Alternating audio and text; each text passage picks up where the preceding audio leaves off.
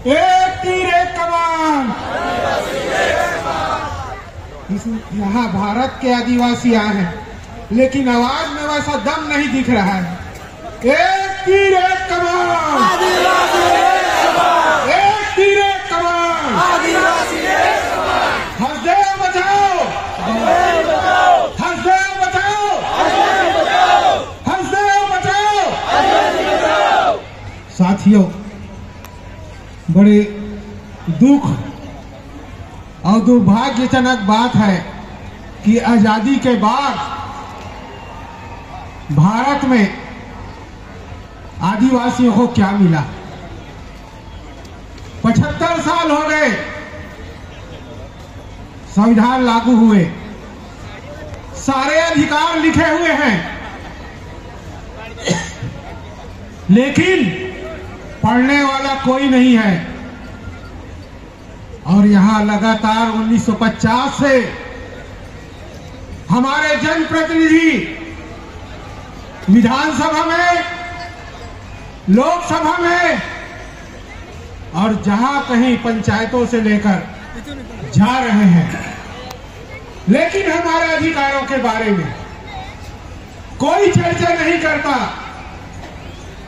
और हमें लगातार ऐसे जनप्रतिनिधियों को चुनकर भेजते हैं, अपने अधिकारों का उपयोग करते हैं, लेकिन उनके बदले में हमें क्या मिला?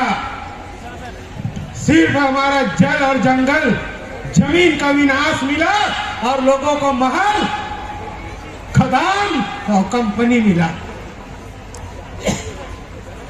आज जिस मोड़ पर है, वो मोड़ सिर्फ देश में आदिवासियों को खत्म करने का एक बड़ा पैगाम दे रहा है। और जंगल और जमीन, पहाड़ आप सबको आवाज दे रहा है कि हमें बचाओ, जैसे वर्तमान में हसदेव में हो रहा है, छत्तीसगढ़ में हो रहा है, आपके केवड़िया में हो चुका। बड़े साजिश के तहत बड़ी बड़ी कंपनियां सरकार को रिमोट कंट्रोल में लेकर आदिवासियों के हक और अधिकार को छीनने का प्रयास कर रहे हैं। कुछ साल छत्तीसगढ़ में एक नक्सल आंदोलन चला था, नक्सल विरोधी आंदोलन, लेकिन वो आदिवासियों की भलाई के लिए नहीं रहा, उल्टा 600 गांव उजाड़ दिए गए शासन के द्वारा। आज कोई उसको पता नहीं करता। वहां के आदिवासी जो विस्थापित हुए हैं वो कहां है, किस प्रदेश में है, किस गांव में है। ये हो क्या रहा है आदिवासियों के साथ, एक सवाल उठ रहा है।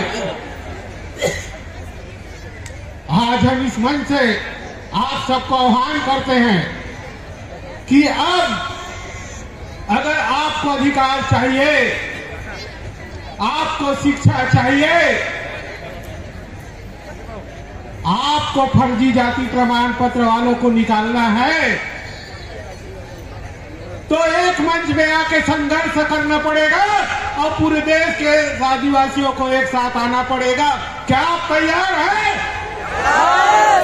क्या आपको अधिकार चाहिए? क्या आपको शिक्षा चाहिए? क्या आपको जमीन चाहिए? तो निकलो, तो निकलो जंगलों और पहाड़ों से, तो निकलो घरों और मकानों से और जंग लड़ो इस देश के दुश्मन और समाज के गद्दारों से। और समय आ गया है अपने हक और अधिकार को लेने का। हम सिर्फ जंगल कटने की बात कर रहे हैं, तो आदिवासी कट रहा है, गांव उजड़ रहे हैं, वन्य प्राणियों में मानव द्वंद हो रहा है। इसको कोई समझने वाला नहीं है। पूरे देश के लोग ये कह रहे हैं हसदेव बचाओ, जंगल कट रहा है, कोई नहीं बोल रहा है आदिवासी खत्म हो रहा है। आदिवासी कैसे बचाया जाएगा?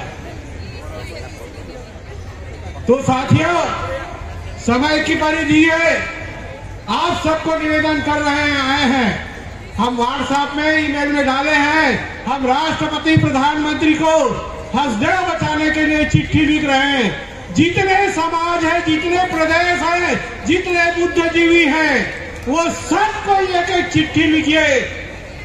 आप सबका स्वागत है, प्रधानमंत्री, राज्यपाल, सबको।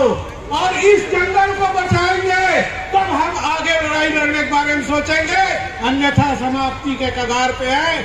हमको कोई बचाने वाला नहीं है, हम ही को आगे आना पड़ेगा, आपको आना पड़ेगा, पूरा आदिवासी समाज को आना पड़ेगा, तभी हम बच पाएंगे। मेरा पुनः अनुरोध है, पैसा तो मुआवजा में मिल जाता है, लेकिन वहां पर एक काशीराम मंझवार को 1,25,00,000 रुपया मिला, लेकिन हमको अचानक पैसा मिलता है तो हम संभाल नहीं पाते हैं। और जब उसका मृत्यु हुआ 4 साल पहले, तो भीख मांग के जी रहा था। ये आदिवासियों की स्थिति है, इसको अध्ययन कोई नहीं कर रहा है। और उसके गांव उजड़ गए, विस्थापन तो हुआ नहीं आज तक।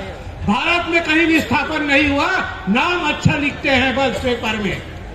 उसको दूसरे गांव बसना पड़ा, और जब उसको मृत्यु हुआ तो पारंपरिक रूप से रूढ़ी प्रथा के अनुसार उस गांव में नहीं आया है, इसलिए उसका दाह संस्कार करने के लिए मना कर दिया गया।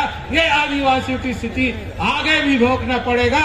इसीलिए हसदेव बचाओ आंदोलन में आप सबको अपनी लेखनी के धार से राष्ट्रपति प्रधानमंत्री को भेजना पड़ेगा। अगर इस देश में आदिवासी राष्ट्रपति है, इस कानून को रद्द करना पड़ेगा। ये आवाज आपके तरफ से आना चाहिए। और हम चाहते हैं कि आप इस मुहिम में साथ दो। हम 15 तारीख को पूरे प्रदेश में ज्ञापन दे रहे हैं, और 20 दिन बाद अगर कोई कार्य नहीं हुआ तो हम पहले सरगुजा संभाग को बंद करेंगे, और उसके 20 दिन बाद पूरा रायपुर में सीएम हाउस को घेरेंगे। आप सबको मैं आमंत्रण देने आया हूँ, दल बल के साथ पूरे भारत के आदिवासी रायपुर में इकट्ठा होकर अपनी ताकत को दिखाएंगे। यही मैं आपसे प्रार्थना और निवेदन करता हूँ। धन्यवाद। जय जोहार। जय जोहार। धन्यवाद।